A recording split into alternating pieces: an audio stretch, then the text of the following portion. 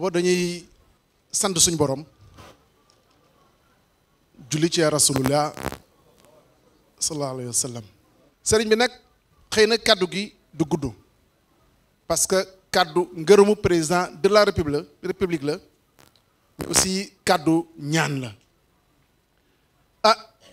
nguuru yàlla dong moo du jeex nguuru yàlla dong moo du jeex président Macky Sall suñu borom dénk na ko Sénégal depuis 2012 ba ndëgg ni si ñiy wax ak yéen dégg ngeen démb ba mu nekkee ci dialogue bi mu ni bu neexee yàlla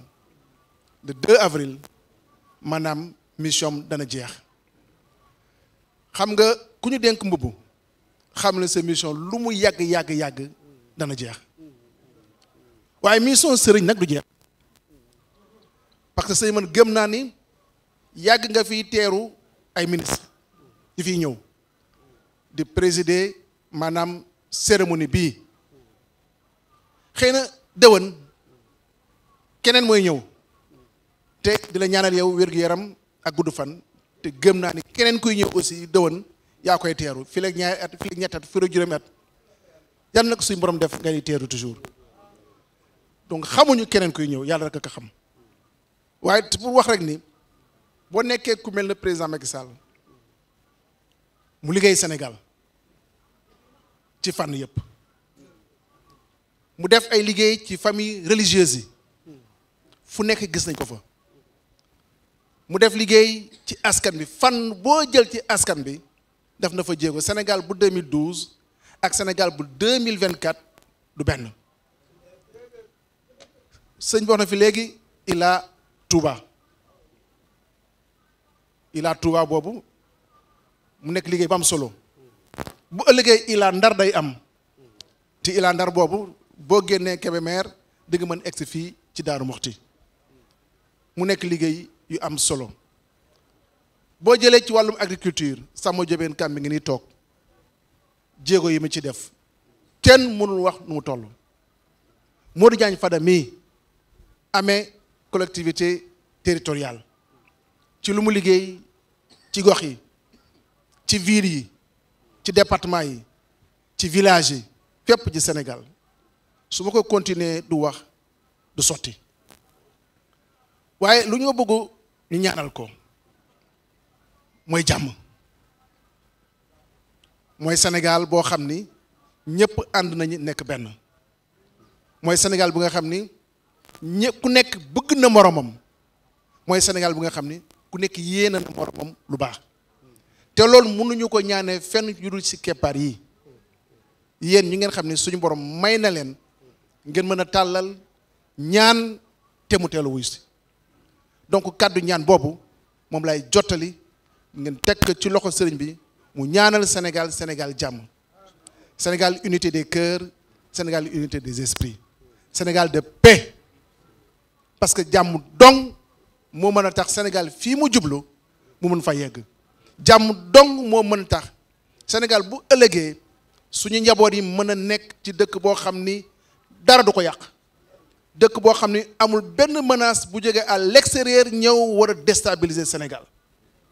ginnaaw suñu ànd suñu pas-pas ñaan moo ko mën a mottali te fii nag laa koy waxee ci bés bii nga xam ni mooy bésu borom daaru bés bii nga xam ni mooy weeru baraxlu su ñu nee weeru baraxlu mooy koor gi mi ngi ñëw muy weerum ñaan weerum dévotion weerum toroxlu bésum daaru bi toujours moo koy annoncé moo tax ñu am cee yaakaar ci ñaan yi nga xam ni maanaam tàllan nañ ko loxo suñu borom bu neexee yàlla dana ko mottali Daaru Muxti nag ah sëñ loon na ko wax léegi ah gox bu rëy la ci kullu murit màggal daaru mooy ñaareel màggal yu gën a rëy ci kullu murit du lu ndaw lu rëy la fii ñuy toll di wax Sénégal yëpp ñu ngi ñuy seetaan te keroog premier ministre ñëw na fii jël na fi ay engagement ba mu fi jëlee ay engagement man mi ci sama wàll wax na ma ko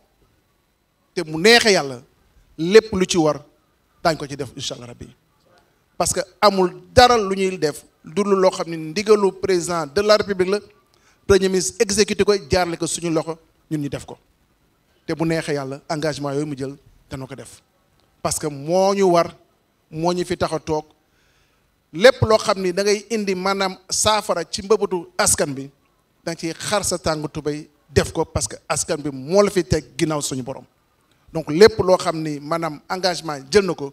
bu neexee yàlla dañ ko def sëñ bi lu ci mujj parce que kaddu moom bu yàggee rek boo sàgganee mu yàqu dama yore benn décret mu nekk décret boo xam ni dafay changer day jox Daarul Muxti turam dëgg-dëgg parce que wax nga dëgg bu nee Daaru Muxti parce que même président ko na laaj ndax Daaru Muxti la wala Daarul Muxti la kenn xamul woon waaye maanaam ci laaju xalif bu Daaru Muxti conseil municipal def délibération conseil municipal maire bi la majorité bi mooy signé délibération bi sous préfet bi contre maanaam approuvé ko mu ñëw ci ministre bi nga xam ni moo yore collectivité territoriale muy Modou Diagne Fada xam nga suñu borom buy defar day rafet dana rafet te day yomb moom muy doomu fii ci dëkk bi def lu ñuy wax rapport de présentation ci décret ci ngay tënkee lan moo tax lu waral décret bi rapport de présentation boobule Modou Diagne Fada mi moo ko signé décret bi président de la république signé ko muy décret bi nga xam ni dafay changer tur bi génne Daaru Muxti jox ko turam dëgg muy Daarul Muxti ku ko indi fii di la ko jox tey mooy meeru Ndar te sëñ bi léegi doon na fi wax léegi histoire Ndar ak histoire Sëriñ Tuba suñu borom day defar rek nañuy ñaan suñu borom lii askan bi di xaar ci sëriñ bi ak ci sëriñ si muy lu baax muy liggéey parce que képp koo xam ku lu murit liggéey dong la ko xamee du leneen que le travail te liggéey boobule yan na suñu borom def Sénégal jële ci lu baax suñu borom aar Sénégal lii ñuy wax ci maanaam